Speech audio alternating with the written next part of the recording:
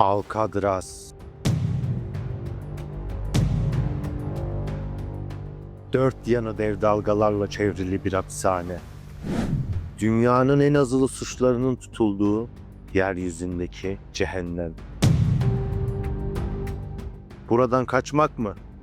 Bu hapishane zaten kimsenin kaçamaması için tasarlandı. Ama 1962 yılında 3 mahkum imkansız olan bir şeyi başardı. Yani bu cehennemden kaçmayı. Tarihin en zekice planlanmış kaçışı.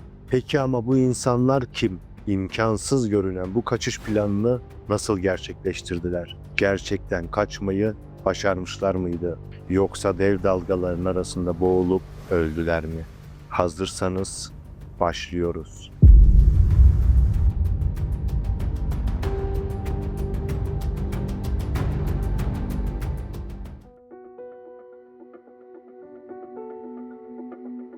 Alcatraz Adası, San Francisco Körfezi'nin tam ortasında ana karadan yaklaşık 2,5 kilometre uzaklıkta yer alıyor. Yaklaşık 9 hektarlık bir yüz ölçümüne sahip ama onu asıl özel kılan coğrafi konumu ve doğal engelleri. Bu ada uzun yıllar boyunca askeri bir kale olarak kullanıldı. 1860'ların başında burada Amerika'nın ilk deniz fenerlerinden biri inşa edildi. Daha sonra ise Amerikan İç Savaşı'nın ardından askeri mahkumların tutulduğu bir hapishane olarak değerlendirilmeye başlandı. Ve nihayet 1934 yılında Amerika Birleşik Devletleri Adalet Bakanlığı tarafından federal hapishane olarak kullanılmaya başlandı. Peki neden? Çünkü burası özel olarak seçilmişti. Alcatraz özellikle kaçma eğilimi yüksek, çok tehlikeli ya da diğer hapishanelerde sürekli sorun çıkaran suçlular için özel olarak tasarlanmıştı. Başka hiçbir yerde tutulamayan ya da gardiyanların baş edemediği suçlular en son çare olarak Alcatraz'a gönderiliyordu.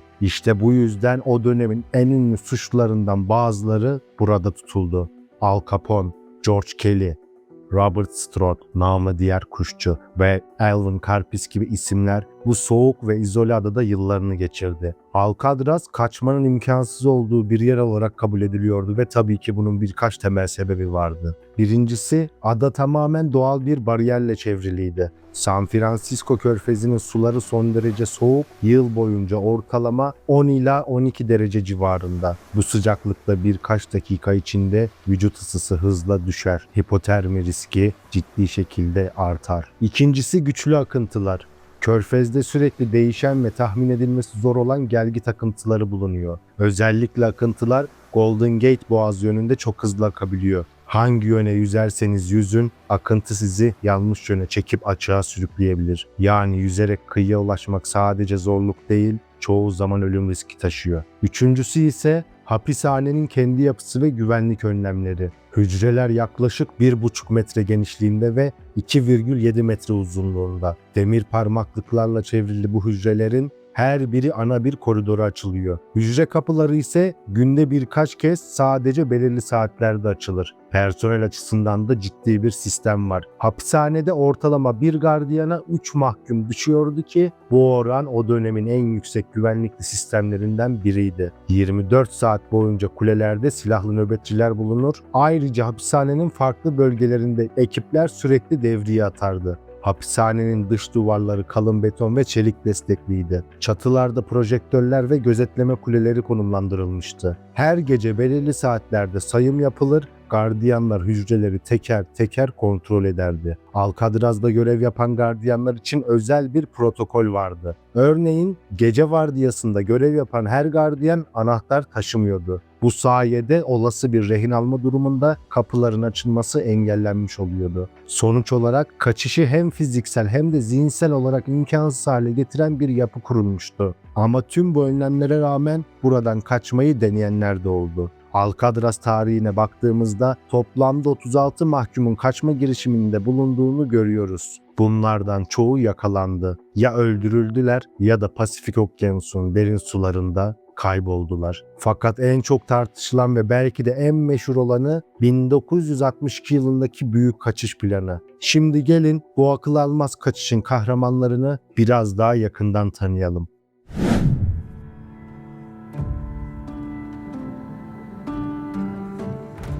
Alcatraz'dan kaçış planının merkezinde 4 mahkum vardı. Frank Lee Morris, Clarence Anglin, John Anglin ve Alan West.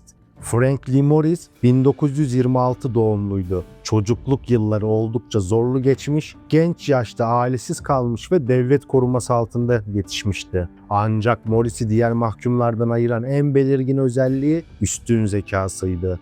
IQ seviyesi 133 olarak ölçülmüştü. Bu da onu olağanüstü bir problem çözme yeteneğine sahip biri haline getiriyordu. Suç geçmişine baktığımızda genellikle banka soygunları ve hırsızlıklar öne çıkıyor ama onu asıl farklı kılan şey daha önce Florida ve Louisiana'daki hapishanelerden kaçmayı başarmış olmasıydı. Bu kaçış eğilimleri nedeniyle en güvenli hapishane olarak düşünülen Alcatraz'a transfer edilmişti. Anglin kardeşler, John ve Clarence Anglin, çocukluklarının büyük kısmı soğuk göllerin çevresinde geçmiş, özellikle yaz aylarında bu göllerde saatlerce yüzmeleri sayesinde ilerleyen yıllarda olağanüstü yüzücüler haline gelmişlerdi. Yetişkinlik dönemlerinde ise bir dizi banka soygununa karışmışlardı. Ancak en dikkat çeken yönleri sürekli kaçma eğilimleri oldu. Ne zaman başka bir hapishaneye gönderilseler birlikte kaçmaya çalışıyorlardı. Bu yüzden de en güvenli yer olan Alcatraz'a gönderildiler. Son olarak 4. kişi Alan West. West'in suç geçmişi ise araba hırsızlığı ve soygunlar üzerine.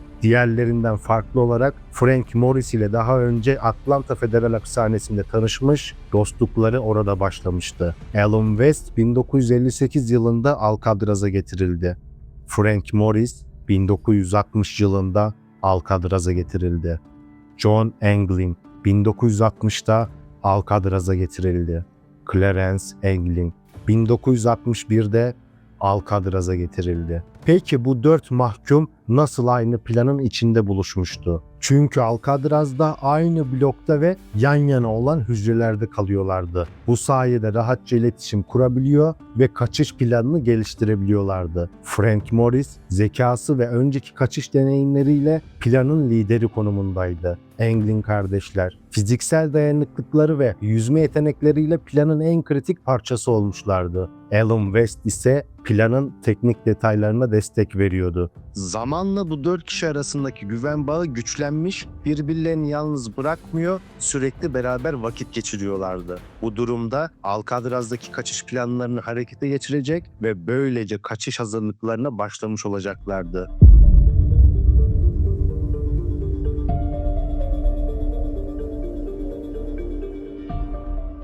Alan West, hücresindeki küçük havalandırma mazgalının arkasındaki betonun mazgalın arkasında biriken yoğun nem yüzünden zayıfladığını fark etti. Bu keşif kaçış planının başlangıcı olacaktı. West gözlemini hemen Frank Morris ve Anglin kardeşlerle paylaştı. 4 mahkumun amacı mazgalları genişleterek servis tüneline ulaşmaktı. Burada gerekli ekipmanları hazırlayacak ve uygun bir gecede denize açılacaklardı. Ancak Alcatraz'ın duvarları kalın, çelik takviyeli betondandı ve çıkan sesler büyük risk oluşturuyordu. Frank Morris duvarı delmenin bir yolunu ararken hapishanenin atölyesinde bozuk bir elektrikli süpürge motorunu fark etti. Motoru gizlice hücresine taşıdı. Motoru matkap haline getirmek için motorun dönen ucuna vantilatör pervanesi yerleştirmişti. Tutacak ve kesici uçlar için kaşık sapları ve testere bıçak parçaları kullanılmıştı. Bu matkap sayesinde duvarı yavaş ama etkili bir şekilde aşındırabiliyorlardı. Ayrıca matkabın yetersiz kaldığı yerlerde kaşık saplarından tornavidalar,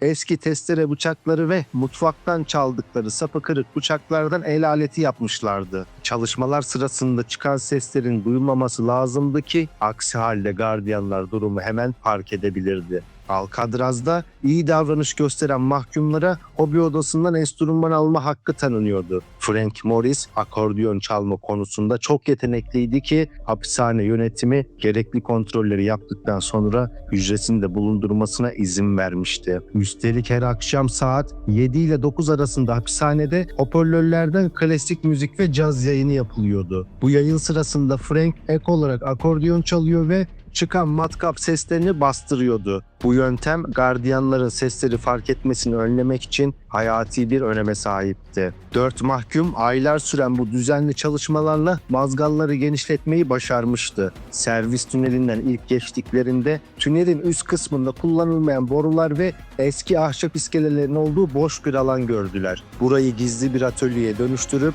tahta plakalarla platform kurdular ve elektrik kablolarından çekilen bağlantıyla gece çalışabilecekleri bir ampul bile yerleştirdiler. Burada kaçış için sal yapmaya başladılar. Çünkü Alcatraz'dan yüzerek kaçmak neredeyse imkansızdı. Hapishanenin temizlik ve atölye bölümlerinden 50'den fazla yağmurluk çalmışlardı. Denizcilik dergilerinden öğrendikleri yöntemlerle yağmurlukları dikkatlice birleştirip hava geçirmez hale getirdiler. Salı şişirmek için Frank'in akordiyonunu hava pompası olarak kullanmışlardı. Ayrıca salın devrilme riskine karşı ve hipotermiye önlem olarak ondan fazla yağmurluktan çift katlı can yelekleri hazırlamışlardı. Kaçış sırasında akıntıya karşı kürek gerekeceği için hücrelerindeki gardırop raflarını ve askılıkları söktüler. Bunları bıçak ve törpülerle şekillendirdikleri bu parçaları su geçirmez boya ile kaplayıp vidalarla sağlamlaştırdılar. Bu, körfezin güçlü akıntısına karşı yön verebilmek için en gerekli parçalardan biriydi. Gardiyanları yanıltmak için sahte maket kafalar hazırlamışlardı. Sabun kalıplarını eritip kafa formuna soktular. Gazete ve unla kağıt hamuru yapıp yüz hatlarını belirginleştirdiler. Berberin çöpünden topladıkları gerçek saçlarla doğal bir görünüm kazandırdılar ve çay, kahve kullanarak renk verdiler. Bu maket kafalar gece kontrollerinde gardiyanların onları hala yatakta sanmalarını sağlayacaktı. Aylar süren bu hazırlık sürecinin sonunda tüm malzemeler tamamlanmıştı. Sal, kürekler, can yelekleri ve sahte maket kafalar hazırdı. Delikler yeterince genişletilmişti ki artık geriye sadece doğru zamanı beklemek kalıyordu.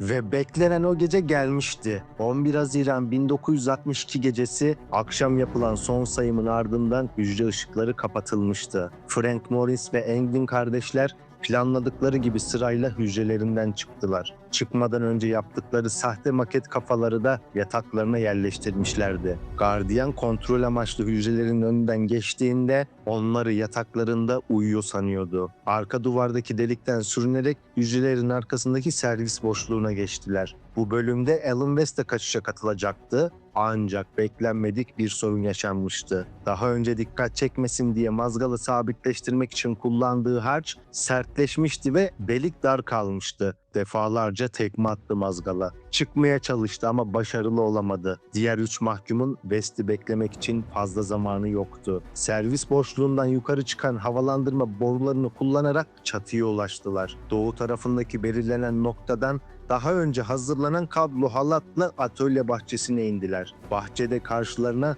yaklaşık 5 metre yüksekliğinde dikenli tel çit çıkacaktı ki pense kullanarak çitte bir açıklık oluşturacaklar ve buradan geçerek kuzeydoğu kıyısına ulaşacaklardı. Sakladıkları noktada yağmurluklardan yaptıkları şişme bot onları bekliyordu. Botu Morris'in akordiyonunu tıpkı bir hava pompası gibi kullanarak körük yardımıyla salı şişirdiler ve suya indirdiler. Gece yarısına birkaç saat geçmişti ki 3 mahkum Pasifik Okyanusu'na doğru açıldı. Alan West ise sabaha kadar uğraşıp saat 5 civarında mazgalı anca sökebilmişti. Ancak çatıya ulaştığında kimse yoktu. Kıyıya indiğinde ise botun yerinde olmadığını görünce çaresizce hücresine geri dönmek zorunda kaldı.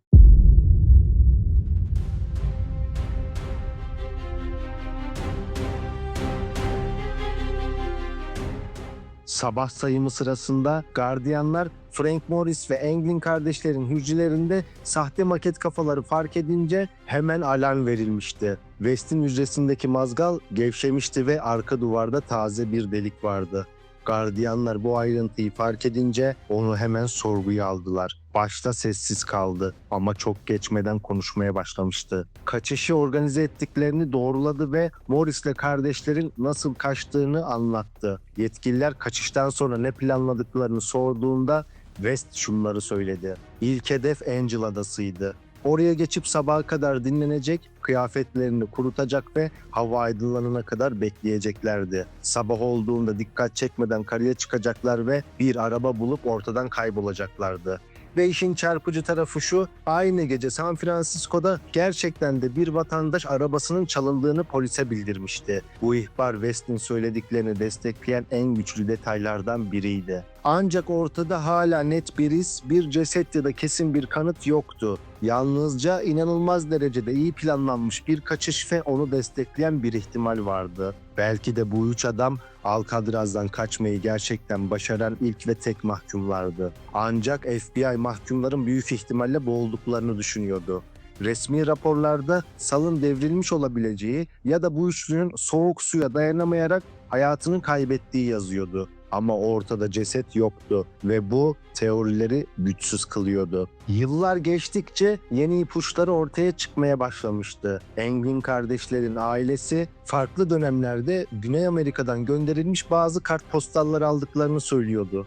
Gelen kartpostallarda isim belirtilmemişti. Ama yazı stili ve dil çok tanıdıktı. Bazı kartpostalların üstünde sadece "İyiyiz, merak etmeyin" ve "Her şey yolunda" gibi kısa cümleler yazıyordu. Ancak asıl şok edici gelişme 2013 yılında yaşandı. FBI'ya isimsiz bir mektup ulaştı. Mektubu yazan kişi kendisinin John Englin olduğunu iddia ediyordu.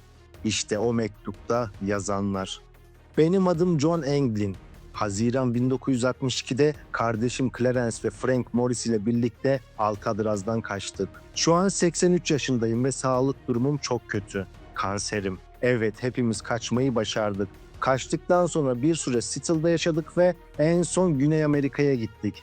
Frank 2005'te öldü. Clarence ise 2011'de. Ben hala hayattayım ama çok uzun süreceğini düşünmüyorum. Eğer televizyona çıkmazsam ve tedavi garantisi verilirse teslim olabilirim." FBI mektubun gerçekçiliğini incelemişti. Ancak ne yazının sahte olduğu kesinleşti ne de mektubu yazan kişinin John Englin olduğu. Kayıp Gerçekler sundu. Haftaya yine aynı saatte görüşmek dileğiyle. Abone olmayı ve yorumlarınızı belirtmeyi unutmayın. Sağlıcakla kalın.